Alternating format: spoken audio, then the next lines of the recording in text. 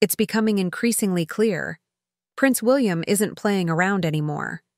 Behind closed doors, a quiet storm is brewing in the royal family, and Prince Harry is squarely in the eye of it. The palace is done with half measures. No more public statements hinting at hope.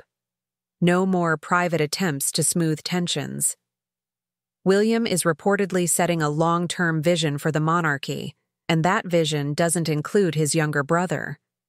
This isn't just about memoirs, interviews, or Netflix deals.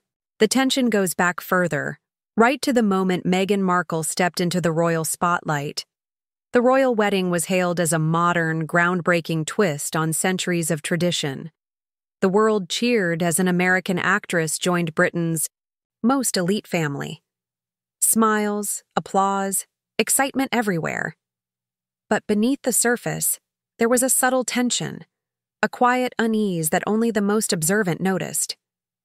That moment marked the beginning of cracks that have widened over time, leaving Harry increasingly isolated and William determined to safeguard the monarchy above all else. Everyone watching the royal wedding could see where things went wrong. Meghan and Harry walked past the Queen without stopping. No curtsy, no acknowledgement. In the royal world, tradition is not just formality. It's the backbone of the monarchy. Curtsying to the Queen isn't optional. It's a declaration. I understand the weight of this family, and I accept it. Meghan, poised and camera-ready, skipped that critical gesture. And the palace didn't see it as accidental. Every moment of the ceremony had been rehearsed, like a film script. That moment of stillness, of acknowledgement, was intentionally included, and she ignored it. Some insiders tried to explain it away: nerves, confusion, or oversight. But William reportedly saw it differently, a woman unwilling to play by the rules from day one. And that's where the fracture begins. From his perspective, if Meghan couldn't show respect to the Queen on her wedding day, what else might she ignore behind closed doors? That skipped curtsy became a symbol of deeper tensions that would only grow over time. That seemingly small moment at the royal wedding triggered a domino effect. William didn't just lose trust in Meghan, he lost trust in Harry as well. Harry stood silently while Meghan refused to show allegiance to the Queen. That inaction told William everything he needed to know. From that point onward, every step Harry and Meghan took, moving to California, signing multi-million-dollar media deals, airing private family grievances on global platforms, only confirmed William's worst fears. They weren't part of the monarchy anymore.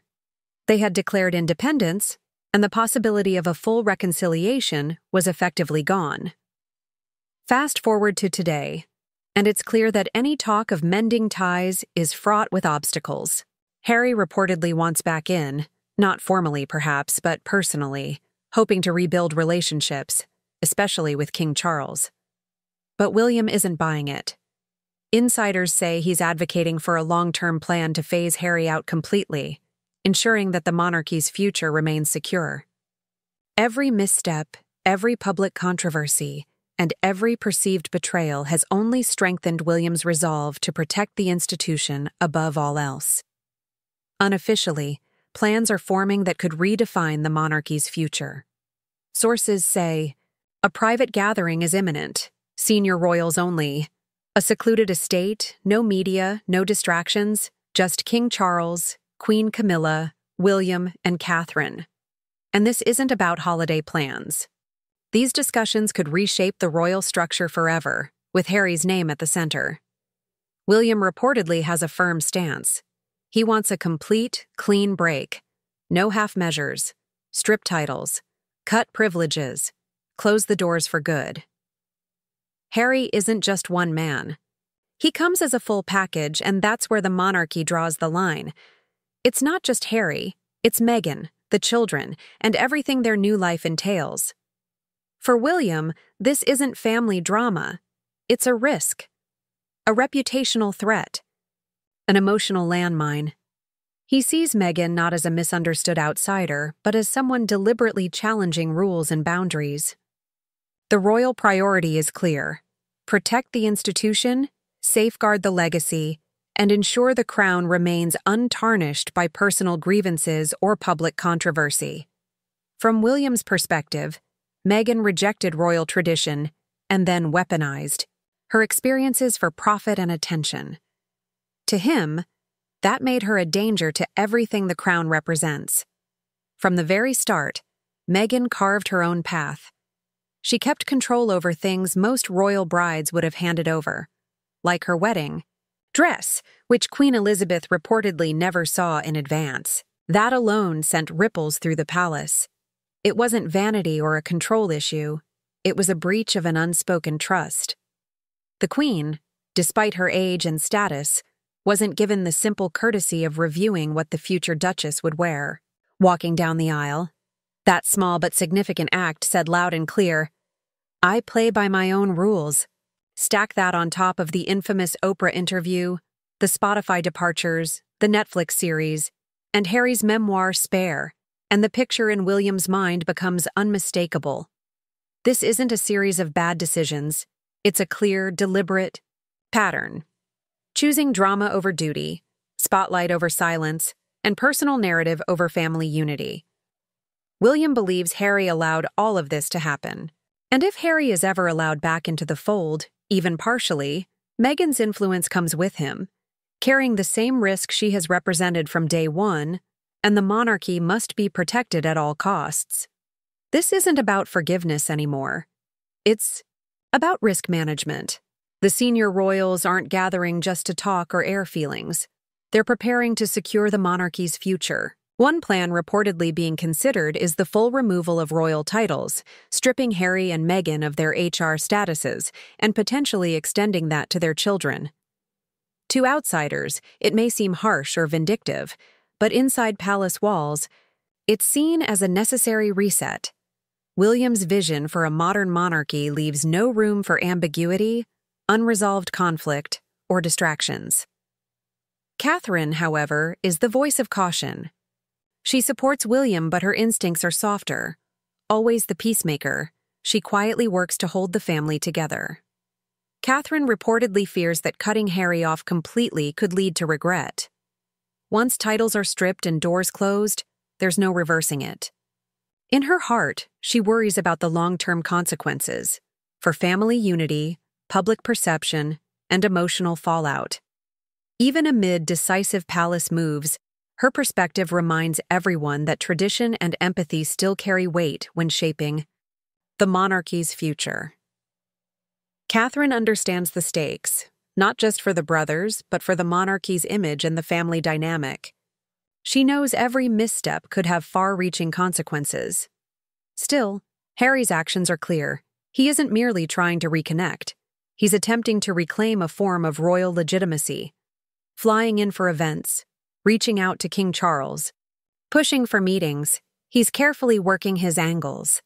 The problem is, nobody truly knows his motives anymore.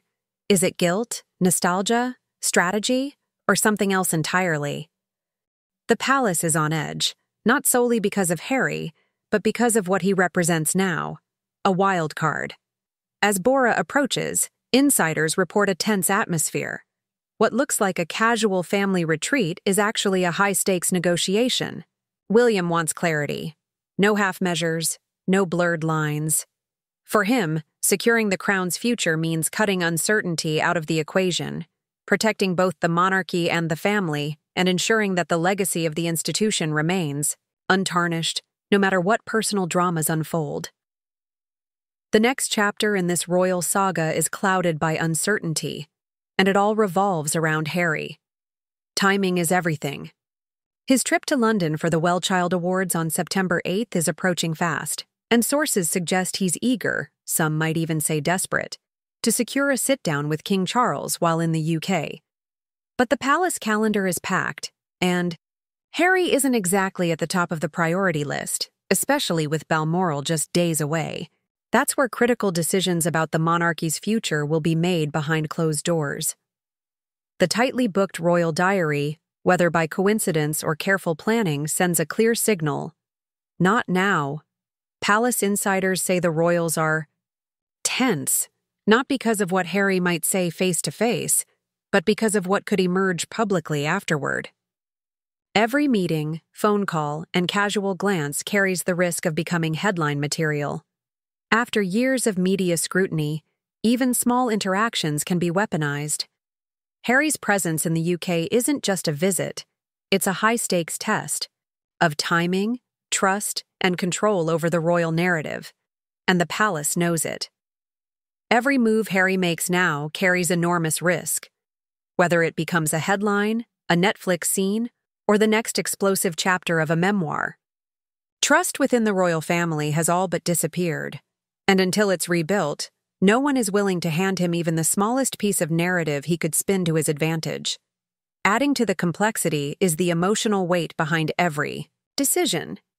For Catherine, the stakes feel far more personal than political. She's watched William harden over time, and while she respects his unwavering conviction, she quietly fears what a full severing of ties could mean in the long run. Catherine reportedly worries that once the door is closed completely, there will be no path back, not for the brothers, not for the children, and not for any hope of reconciliation. She understands Meghan isn't returning to the UK in any real capacity, but she believes Harry may eventually regret the path he chose. Worse, William could regret leaving even the tiniest door open. Sources close to Harry say he's increasingly feeling the weight of his choices and the harsh reality that his actions may have permanently altered his role within the royal family. Harry is reportedly coming to terms with the full consequences of stepping away from royal life. His children could grow up completely detached from the traditions and relationships he once knew.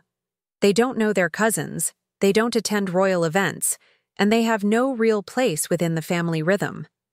That realization is hitting him harder than anyone anticipated. Whether it's driving his attempts at reconciliation or merely amplifying his frustration isn't entirely clear, but he's undeniably feeling the sting of exile in ways he hadn't before.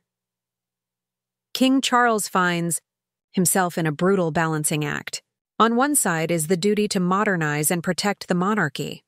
On the other, the instinct to preserve family unity, even when it's awkward and complex.